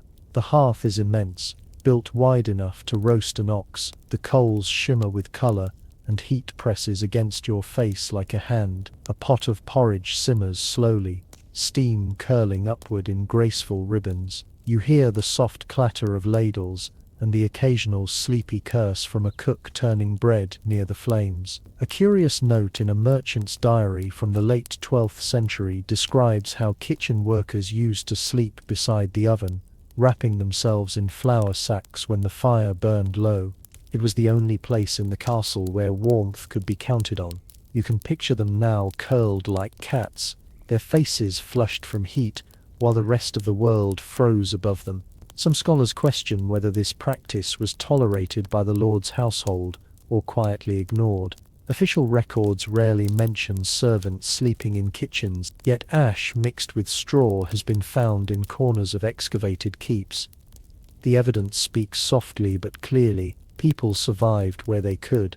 You move closer to the main hearth. The cooks are half awake, eyes heavy, their movements steady through habit. One stirs the pot with a wooden spoon as tall as his shoulder, another rolls dough on the table, her breath fogging the air despite the warmth. They work in rhythm, a quiet dance guided by need. A peculiar anecdote from an old kitchen ledger tells that cooks sometimes poured a little ale into the porridge on bitter mornings, claiming it made the spirit braver. The habit likely began as indulgence, but soon became tradition. You watch one of them do exactly that now, tipping a cup into the pot and stirring as if blending courage itself. Historians are divided on whether the kitchen was considered sacred or profane. Some argue it was a place of elemental magic where food transformed and warmth was born. Others see it as a space of servitude hidden from the noble eye. Yet here, in the glow of the coals, both ideas seem true. The kitchen is both heart and shadow, the place where survival takes shape. A small black cat slinks across the floor, tail raised, eyes bright. It pauses to sniff at a basket of scraps, then curls near the fire, purring softly. The cooks pay it no attention. It is part of the routine. Many castles kept cats for pest control, but some believe they carried luck as well. One chronicle claims that feeding a kitchen cat ensured heat in the hearth and peace in the household. You cannot help smiling. The smell of baking bread thickens in the air, sweet and comforting. It fills every corner, wrapping around you like a blanket. You imagine how many soldiers, servants, and lords began their days with this scent. In a world ruled by hunger and cold, it was as close to heaven as one could come. No full agreement exists among archaeologists about what exact foods sustained winter life in these castles. Grains, salted meats, and root vegetables dominate the records, but small luxuries like honey and dried fruit appear too. A meal could be both humble and miraculous when shared by firelight. One cook ladles porridge into wooden bowls and sets them on the table. Steam rises, carrying the scent of nutmeg. She hums softly, a tune with no words, her voice blending with the sound of boiling water. You take a seat nearby, feeling the warmth soak into your hands. The first spoonful tastes earthy and rich, the kind of food that feeds both stomach and patience. The cat stretches beside you, its fur hot to the touch. Someone laughs quietly, breaking the long silence of the night. You realize how human this moment feels. Stripped of ceremony and armor, just warmth, food, and shared fatigue. A chronicler once wrote that the kitchen was where peace lived while war slept. Sitting here, you understand what he meant. The world beyond the walls can wait. Inside, for now, there is heat, the smell of bread, and the slow heartbeat of the fire. You finish eating and rest your hands on the table. The wood is warm, polished by generations. You breathe deeply, letting the scent of smoke and grain linger. Outside, the wind still prowls, but in here, it feels very far away. You could stay like this forever, listening to the hiss of the pot and the soft purr of the cat. In a castle built for battle, this small room is its truest refuge. You close your eyes and let the warmth sink deeper until it feels like part of you. When you return from the kitchen, the hall feels quieter, emptier, but the air is a little warmer now. The first hour of dawn approaches, and with it, a restlessness that creeps through the sleepers. A cough echoes, a boot scrapes against the floor, a soft snore breaks the rhythm of silence. Somewhere behind the walls, a draught slides like a cold finger through the stones. The comfort from the kitchen fades quickly, replaced by the sting of returning frost. It is recorded in medieval herbals that sickness often arrived with the cold. The dampness of stone, the smoke of fires, and the closeness of bodies created the perfect environment for fever. In such conditions, healers became as essential as blacksmiths. The Crusaders carried with them not only swords but bundles of herbs, jars of salve, and prayers whispered in languages older than Latin. You watch as a servant moves through the hall with a small tray of cups. The smell of rosemary and vinegar drifts after her, sharp and clean. She pauses beside a soldier who sits upright, his face pale in the dim light. He sips the mixture without protest, his expression weary but trusting. She places a hand briefly on his shoulder before moving on. An unusual entry in a healer's notebook from the early 13th century lists warmth and courage as the first ingredients for any winter cure. Beneath it in smaller script, the same writer adds, and prayer, if the patient will have it. You imagine that even then science and faith work together in strange harmony, neither complete without the other. Researchers are divided over how effective these treatments were. Some argue that herbal knowledge was surprisingly sophisticated, that local plants like thyme, mint, and sage were valuable antiseptics. Others claim that most of it was superstition guided by luck and ritual rather than reason. You suspect the truth lies somewhere between. Survival in winter was an experiment repeated every year with varying success. You notice a small figure at the far end of the hall, the castle's apothecary perhaps, or a monk trained in medicine, sorting bundles of dried herbs beside the fire. The smell of camphor fills the air, followed by the sweetness of honey melting into a pot of wine. He stirs the mixture slowly, muttering as he works. His hands are steady, his face illuminated by the orange light. A curious superstition mentioned in a letter from a pilgrim doctor describes how a sprig of basil was sometimes pinned to a patient's sleeve to spark the blood.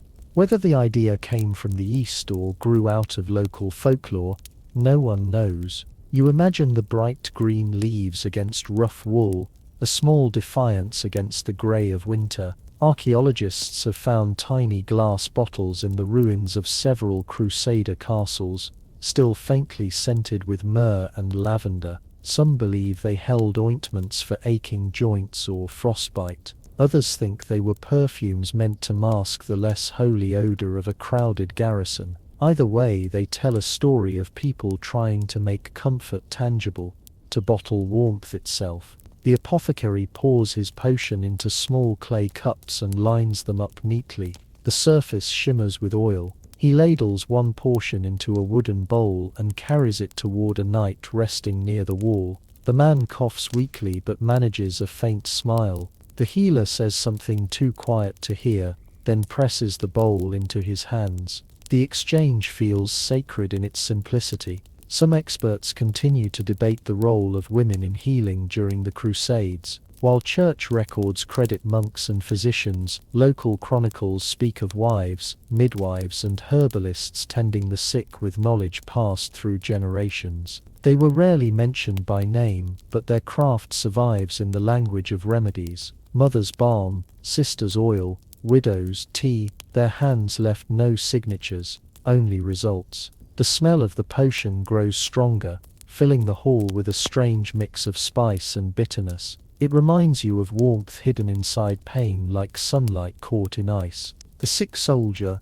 sips slowly, then lies back again. His breathing steadies. Perhaps the cure has done nothing, or perhaps it has done enough. A small bowl of crushed mint sits beside the apothecary's tools. He sprinkles a pinch into the air, letting the scent rise. Some say mint clears the mind and keeps the devil from whispering in dreams. The air feels lighter afterward, as if the hall itself has exhaled. You realize that every act of healing in this world was also an act of hope. Whether by faith or herb, by touch or prayer, it was always a rebellion against despair. The warmth of the potion, the smell of mint, the quiet labor of hands, all of it said the same thing: we are still alive. The apothecary extinguishes his lamp and gathers his herbs. Around him the sleepers breathe more deeply. The wind outside softens. You sit back down, listening to the faint bubbling of the pot as it cools. Somewhere, a single drop falls into the fire and sizzles away. The cold remains, but it feels different now. It is no longer an enemy, just another presence in the room. You close your eyes, comforted by the thought that even in a world ruled by steel and stone, someone always found a way to brew warmth. The first dull light of morning touches the highest beams of the hall. It filters through narrow slits in the stone, pale and thin, painting faint stripes across the sleeping faces. The castle is stirring, but still half caught in the drowsy rhythm of night. You lie still and listen. The hall breathes like a single creature. Indentory accounts describe how the first sound most castle dwellers heard at dawn was not the bell or the horn, but snoring. It was a chorus of humanity, an orchestra of exhaustion. Some found it comical, others strangely comforting. The audible proof that warmth and life persisted. The sound was so constant that chroniclers rarely mentioned it. To them it was as ordinary as firelight.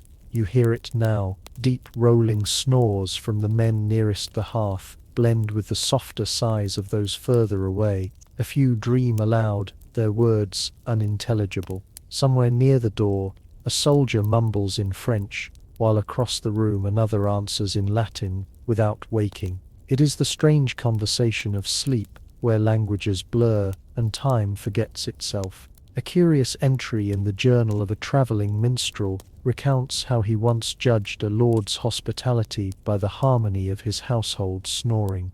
If the walls trembled, he wrote, it was proof that all within were warm. You smile, hearing the soft rumble around you, and realize that comfort can sometimes be measured by noise. Some historians suggest that medieval people slept in cycles, rising once in the middle of the night before returning to rest. The custom was called the first and second sleep. During that waking interval, people prayed, talked quietly, or even visited neighbors within the safety of the castle. You can imagine it here. Sleepy faces around the hearth, soft laughter, whispered gossip before slipping back under blankets. You sit up slightly, careful not to wake the man beside you. His helmet rests beside his head, like a loyal dog. His mouth hangs open. His snore deep and regular. The sound makes you smile despite yourself. There is a peculiar peace in this raw humanity. A reminder that even the fiercest warrior is still a creature of breath and warmth. An amusing detail survives in a servant's account, describing how noblemen would sometimes compete over whose snoring was loudest. The winner apparently was teased as having lungs fit for a horn. You picture it now, laughter rolling through the hall before the joke fades back into slumber. Researchers remain divided on whether communal sleep affected health. Some believe the shared warmth reduced illness, while others argue that disease spread more easily in such close quarters. The truth is probably both. In this place, comfort and contagion coexist, just as laughter and fatigue share the same air. The smell of smoke lingers, mixed with the sour sweet scent of bodies. The air feels thick but not unpleasant. It is the smell of living, of time condensed into breath. You lean back against the wall and close your eyes for a moment, letting the rhythm of snoring wash over you like waves. A curious superstition noted in a minor friar's diary says that if a man snored loudly, angels mistook it for prayer and blessed his sleep. The friar added wryly that by this measure many soldiers were saints. You cannot help laughing quietly at the thought, careful not to wake anyone. The fire has burned low again. Only a few orange veins of coal remain pulsing faintly in the grey ash. Yet the air near it still glows with heat. You shift closer and feel its slow, patient warmth against your legs. The sound of snoring grows fainter as more men stir awake. They groan softly, stretch and pull their cloaks tighter. The hall fills with the rustle of straw and the sigh of wool. Some experts note that mornings in castles were slow to begin in winter. There was little reason to rise early when the sun offered no warmth. Duties waited for daylight, and daylight waited for courage. For now the men linger in that delicious space between rest and resolve. You hear a faint creak above, perhaps a pigeon settling on the roof, or snow sliding from the tiles. The noise makes one sleeper turn and mutter. He coughs once, then continues snoring. It is absurdly human, this mix of noise and stillness, strength and helplessness. A small smile touches your lips. You realize that the sounds of sleep are more than background. They are the heartbeat of this world. They carry history as surely as the clang of weapons or the chanting of prayers. Every breath is an echo of survival, each snore a note in the long song of endurance. No one writes about these moments in chronicles, yet here in the dim hush between night and morning you find the truest measure of peace. Not triumph, not glory, but the soft music of bodies at rest. You close your eyes again and listen. The castle sighs. The wind hums faintly through the cracks and the sleepers snore on, unashamed and unbroken. For now that is enough. The wind begins to rise again, low at first, then swelling until the walls seem to hum. You feel it as a vibration through the floor, a reminder that even stone is not immune to the breath of the world outside. The fire flickers nervously, and a few men groan in their sleep, pulling blankets tighter around their shoulders. The storm has returned. Chroniclers of the northern Crusader states often described winter tempests as living creatures. They wrote of gales that prowled the battlements, like wolves, howling and clawing for entry. The walls could withstand siege engines and armies, but against cold air they were helpless. You hear it now, the long moan that seems to circle the keep, searching for a way inside. You rise and walk toward one of the narrow windows. A faint beam of light cuts through the grey. Snow whirls like smoke, filling the courtyard with ghostly motion. Each gust presses against the shutters, testing their strength. For a moment, you imagine the wind as an enemy army, unseen but relentless, hurling itself again and again at the walls. A curious letter from a castle steward in Burgundy describes how during great storms, everyone would fall silent, listening to the noise of the wind. It was not fear, he wrote, but respect. They believed the storm carried the voices of angels fighting demons above the clouds. You can almost hear that battle now in the rhythm of gusts and pauses, the high cry followed by deep stillness. Some historians debate whether these castles were truly as indestructible as they appeared. The walls, though thick, were vulnerable to moisture that froze and expanded, splitting stone along invisible seams. To live here was to dwell inside a fortress that slowly, silently decayed each winter. The sound of a storm might not just be weather, but the whisper of a future ruin. The hall grows darker as clouds blot out the pale dawn. A servant hurries to reinforce the door with an iron bar. His face is drawn but calm. Storms are familiar companions. He checks the hinges, adjusts a blanket stuffed into the gap beneath the door, then returns to the hearth. The fire flares as he stirs it, sending sparks into the air. A peculiar superstition from a 12th century household guide advised throwing a pinch of flour into the flames during storms to appease the spirit of the wind. Perhaps it was a symbolic offering, a gesture to remind nature that humans still lived inside its bones. You think of the kitchens below, the grain stored carefully against hunger, and how generous such an offering must have felt. The sound of the storm deepens. Snow pelts the walls in soft rhythmic thuds. Somewhere above, a shutter slams open, then shut again. A muffled curse follows, then silence. You feel the cold pressing harder, as if the air itself wants to remind you of its power. The draft finds every weakness slipping across your neck, creeping into your boots. Some scholars claim that storms created a strange intimacy within the walls. Cut off from the world, people turned inward. The noise outside became the rhythm of thought. the pulse that reminded them of how fragile safety was. You can feel that closeness now. Every sound inside the hall seems magnified.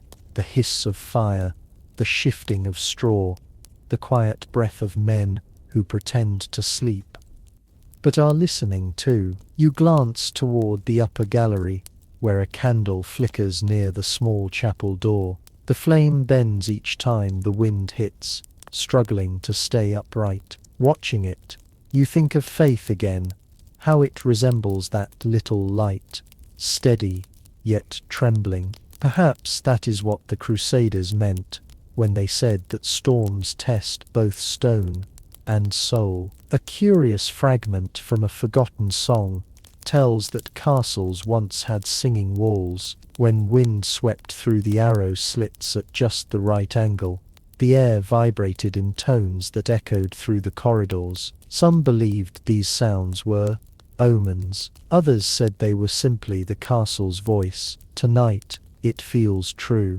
The whole building seems to sing a long, low note of endurance. No agreement exists among engineers and historians about how medieval builders adapted to such punishment. Some evidence points to hidden drainage channels carved into the walls, others to clever designs of layered mortar that flexed instead of cracking.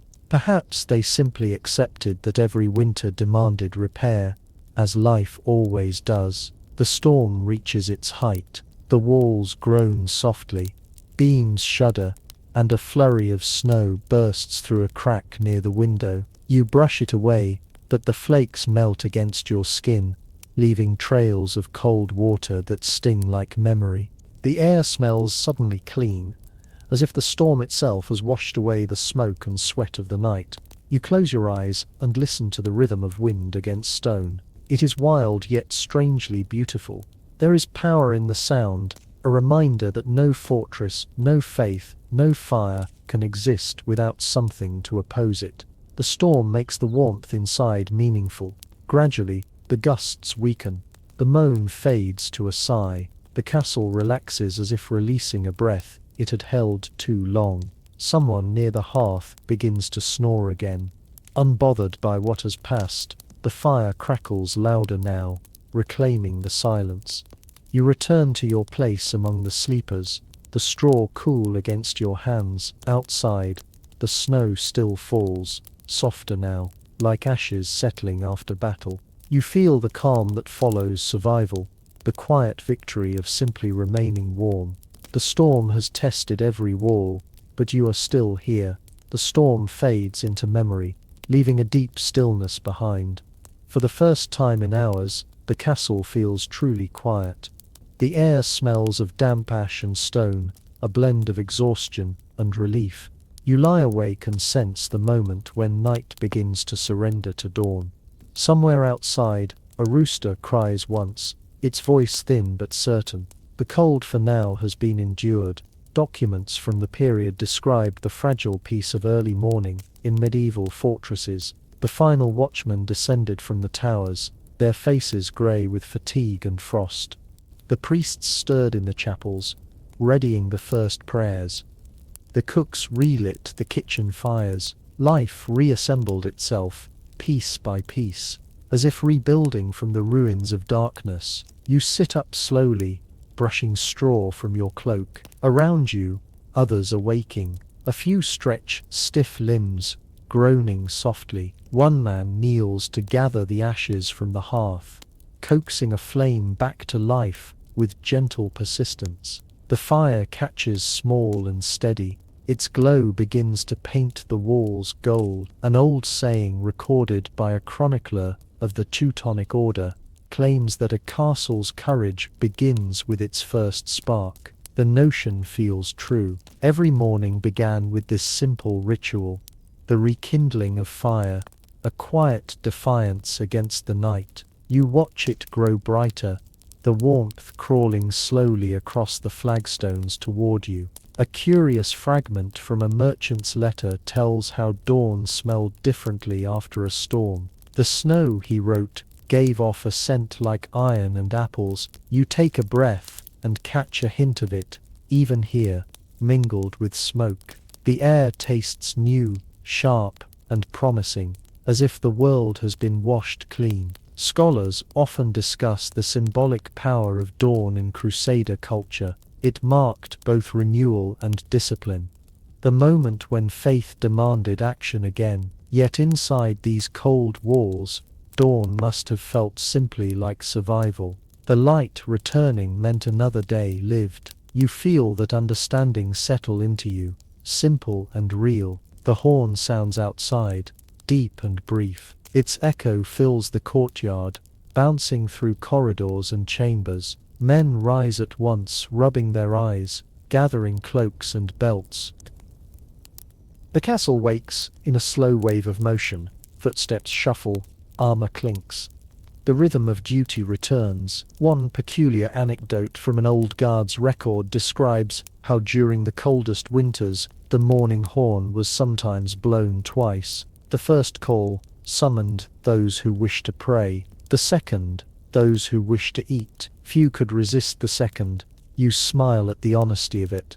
A line of servants carries buckets of water through the hall, their steps quick and quiet. The buckets steam in the frigid air. The first chores of the day begin long before sunlight reaches the ground. You hear the scrape of brooms, the soft clink of dishes being gathered, the faint murmur of orders exchanged in half whispers. Some historians argue that this rhythm of rising and labor formed the psychological core of castle life. After long nights of uncertainty, structure returned like medicine. The cold had its own hierarchy, and duty was the warmth that kept despair from spreading. You see it now in the disciplined calm of these morning movements. The priest emerges from the chapel, his robe heavy with frost at the hem. He carries a small book and a wooden cross. Without a word, he moves through the hall, touching the cross lightly to the foreheads of those nearby.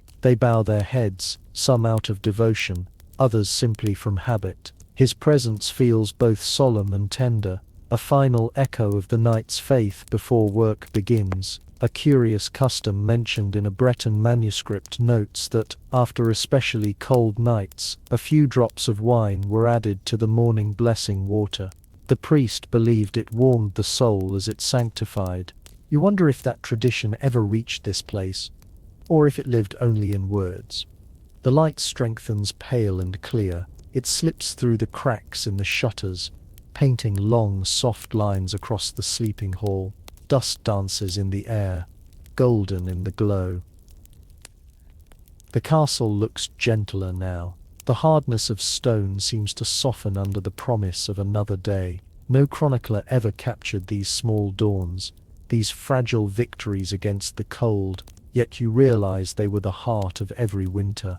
Battles might fill the pages, but mornings like this filled the lives. You stand and stretch, feeling warmth return to your fingers. The fire burns stronger now. Outside the horn sounds again, calling the day forward. The night for all its trials has passed. You look around the hall one last time. The faces that slept in fear and fatigue are now awake, alive and ready. The world beyond the castle waits, but for this moment, everything feels balanced. The cold, the warmth, the faith, and the fatigue coexist in perfect stillness. You take a breath, letting the air of morning fill you. The sound of footsteps of life replaces the storm, and in that simple music of dawn, you understand what the Crusaders must have felt each morning after surviving the night. Not triumph, not relief, but quiet gratitude. The horn fades into silence, leaving behind the steady hum of movement. Morning has come at last. The castle glows faintly in the new light, its edges softened by snow and ash. You breathe in and feel the air change, no longer cutting but crisp and alive. The cold remains, but it has lost its cruelty. It is simply part of the rhythm now, a quiet reminder of what has been endured. Records from the period note that mornings after great storms carried a kind of solemn calm. People spoke in softer voices, moved more carefully, as if afraid to disturb the fragile peace. The Crusaders were no different. Having survived another frozen night, they began their rituals of gratitude and renewal. A cup of ale, a whispered prayer, a moment to stretch before facing the new day. You watch as men gather near the hearth to feed the flames one final time. The fire crackles brightly, painting their faces gold. They stand close, shoulders brushing, sharing warmth without words. A few laugh softly at something half remembered from the night before. The laughter is brief but genuine, the sound of life pushing through frost. A curious account from a Benedictine scribe tells of how ashes from the hearth were sometimes mixed with oil and used to polish armor before sunrise. The idea was both practical and symbolic. The remnants of the night turned into protection for the day ahead. You picture it now, grey powder brushed gently across steel until it shines. The fire's memory carried into battle. Some scholars suggest that this transformation of ashes into purpose reflected a deeper belief that nothing in life, not even hardship, should be wasted. The Crusaders lived by that philosophy without naming it. The cold, the fear, the prayers, the sleeplessness, all became part of their endurance. Whose survival was both punishment and blessing. You walk toward the nearest window to. The shutters are open now, letting in pale gold light. Outside, the courtyard glitters with frost. The snow has settled into soft drifts, sculpted by the wind into patterns that shimmer like silk. You can see footprints crossing from the stables to the chapel, the only marks of motion in a world remade by silence. A peculiar detail in a household record mentions that after such nights, the servants would hang damp cloaks by the walls, allowing the rising sun to dry them slowly. The smell of thawing wool and smoke filled the halls, mingling with the aroma of baking bread. It was the scent of recovery. You inhale deeply and catch traces of it now, faint but real. No scholar truly agrees on how the Crusaders measured time inside these walls. Some believe they counted by prayers, others by chores. Yet standing here, you sense that time in a castle was less about hours and more about endurance. Each morning was proof that night could be conquered again and again. A group of soldiers gathers near the open door. They squint against the brightness, then step outside. Their boots crunch in the snow, leaving fresh prints over the old. The sound is steady, rhythmic, almost ceremonial. You follow them with your eyes as they move toward the yard, their breath clouding behind them. One odd superstition recorded by a traveler from Genoa claimed that if you could see your breath in the first light of morning, it meant your soul was still strong. You exhale slowly and watch the mist rise and vanish. Feeling oddly reassured, the priest appears again, his robe trailing across the floor. He sprinkles water on the fire, hissing softly as the last coals fade to steam. The hall smells briefly of damp ashes. Around you, men begin to gather their belongings, fastening belts, checking swords, adjusting cloaks. Each gesture feels deliberate, practiced by habit and necessity. The fire is gone now, but the warmth it created lingers in the air. You look around and notice how light has changed the room. What was harsh and grey by night now glows with soft colour. Banners once dull, now shimmer faintly.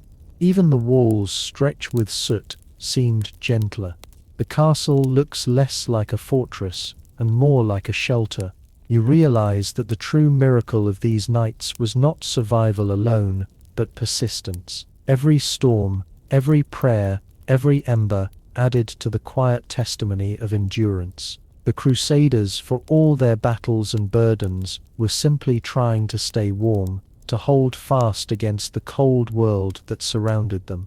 You take one last look at the hall before you go.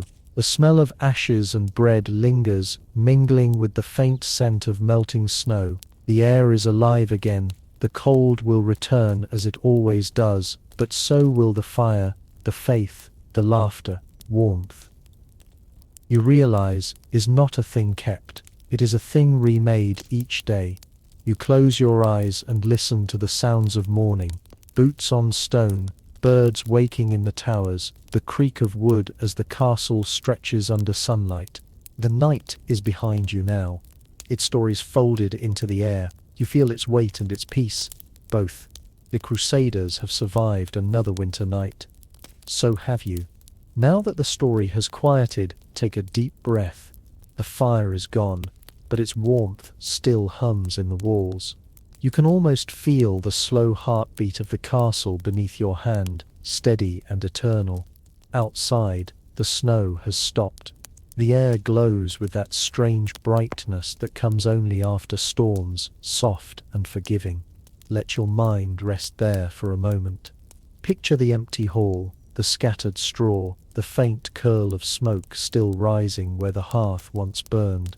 The echoes of footsteps fade, replaced by the sigh of the wind through high windows. What was fierce only hours ago now feels tender. Even the cold has gentled into stillness. You imagine walking through the courtyard, your breath clouds and disappears into light. The snow crunches under your boots. Each step leaves a mark that the sun will soon erase. Above you, the sky opens wide and blue. The world feels clean, as if all the noise of history has been washed away. The Crusaders have gone to their tasks, and the castle keeps its quiet watch. You stand for a moment longer, listening to nothing but your own breathing. There is no battle left, no prayer waiting to be said, no story demanding to be remembered, only this calm, this perfect pause between one heartbeat and the next. So, let it fade slowly. Let the last warmth sink into your chest and drift outward. The walls are silent again. The air soft, sleep waits just beyond the door. Good night, traveler. May your dreams be gentle, and your nights warm.